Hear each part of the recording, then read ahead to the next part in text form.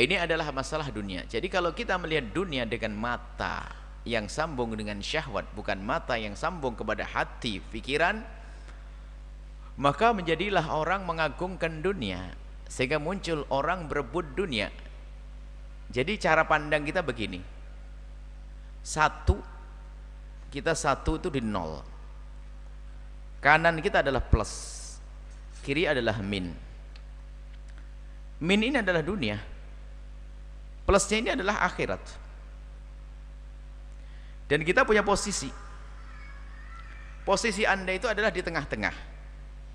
Kaki kanan Anda adalah di plus, di akhirat, kaki kiri adalah di dunia. Maka cara pandang Anda nanti, kapan Anda bergeser ke dunia lebih banyak, maka akan berkurang pemahaman tentang akhirat. Semakin Anda ke ujung dunia, semakin orang tertipu dunia, semakin lupa akhirat. Begitu sebaliknya, semakin orang itu rindu akhirat, maka semakin dia lupa dunia. Dan begitu, nggak bisa digabungkan dalam hal ini. Bukan urusan orang kaya melarat, nggak ada bahasanya. Orang melarat pun pikirannya dunia toh ada. Ini bukan masalah melarat. Orang kaya ternyata akhirat semuanya. Dia dapat duit, akhirat dia dipikirkan. Kenapa? Dunia yang dimilikinya dia tidak melihat zahirnya, gebiar yang menipu. Dia melihat ibrah. Aku dengan harta ini dipilih oleh Allah menjadi orang pemilik harta karena aku yakin, karena Allah ingin mengangkatku. Jadi hartanya digunakan yang baik. Kaya dia. Dengan kekayaannya dia tidak melihat gebiarnya. Kalau gebiarnya yang dibahas adalah wah bisa beli mobil, pesawat, nah ini karena dia melihat dengan mata dan syahwatnya, dia nggak ada ujungnya. Tapi bagi orang yang melihat dengan batinnya, dengan hatinya, dia melihat batinnya, dunia itu apa sih yang Allah berikan berita? Dunia akan berakhir, tapi kalau aku gunakanlah boleh berakhir. Untuk Allah, untuk kebaikan tidak akan berakhir. Maka ibrah dia belajar.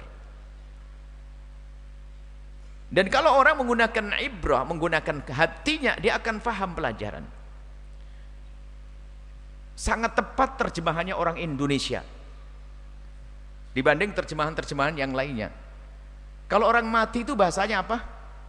Meninggal dunia, sudah. Dunianya ditinggalkan, biar tahu sebetulnya. Biarpun kamu kaya raya, nggak akan kau bawa itu.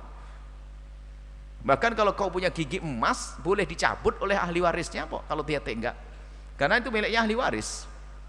Kita pergi pun yang biasa pakai baju mewah, kain kafan, sama. Mobil mewah kita tinggal. Kamar ber-AC dengan kasur empuk pun nggak boleh ditinggali di situ. Biarpun dia pesan sama keluarganya, kalau aku mati, abah pengen tidur di sini ya, nggak boleh, harus dibawa sana. Di liang lahat sana, nggak bisa. Itu dunia. Lah kalau orang menggunakan akal cerdasnya yang sambung dengan hati, al-qalb, dia melihat pelajaran di balik itu semuanya. Sudah banyak kisah-kisah pendahulu kita yang dia kaya raya pun meninggalkan dunia, dan dunia kalau tidak meninggalkan kita, kita yang akan meninggalkan dunia, mau tidak mau, tidak akan kita selamanya dengan dunia, dan kita akan berpindah kemana? Alam barzah, jembatan antara dunia dengan akhirat. Kita akan menuju akhirat, kita tinggalkan dunia, dan yang kita bawa apa? Amal baik kita. Nah, cara pandang ini sesuai dengan pemahaman, sehingga kalau kita itu konsennya hanya kepada dunia, nggak pernah ingat akhirat, nggak ngerti nilainya akhirat, menganggap dunia itu segala-galanya. Makanya dia perjuangkan sampai rela berantem dengan saudaranya, bunuh-bunuhan segala macam, lihat rakus, sehingga lupa ada sesuatu yang lebih berharga nanti akhirat. Sama, kita tuh seperti perjalanan hidup kita, anak kecil. Anak kecil, dan Anda kan harus ada masa berubah. Anak kecil umur 3 tahun, 4 tahun, 5 tahun, 6, sampai 5 tahun, 6 tahun, lihat. Dia tuh mainnya adalah mainan binatang-binatangan. Wah, udah pegangin, wah gimana, bawa tidur itu. Coba Anda yang dewasa yang ngatakan itu namanya mah, tapi dia serius ya. Coba Anda ambil, berantem itu. Karena dia apa? Taunya ya itu yang paling berharga bagi dia ya. Itu bahkan coba kita aja guyon sama anak yang lagi mainan, boleh nih saya tukar dengan kambing beneran? Nggak boleh, saya senengnya ini. Saya senengnya ini, kalau kambing beneran nggak mau. Coba kalau Anda, saya besok saya lagi mainan yang banyak, tukar dengan kambing beneran, kan gitu, kan Anda ngerti. Nah, ini masa ini wawasannya ya sebatas itu. Coba mulai agak gede disimpan sudah masuk lemari mainannya, kan begitu.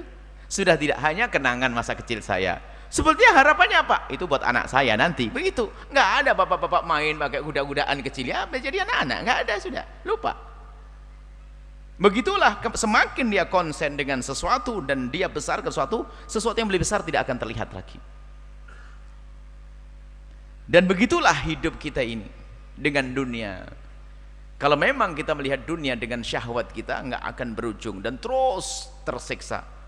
Kemudian apa? Akhirat akan tidak terlihat di mata kita.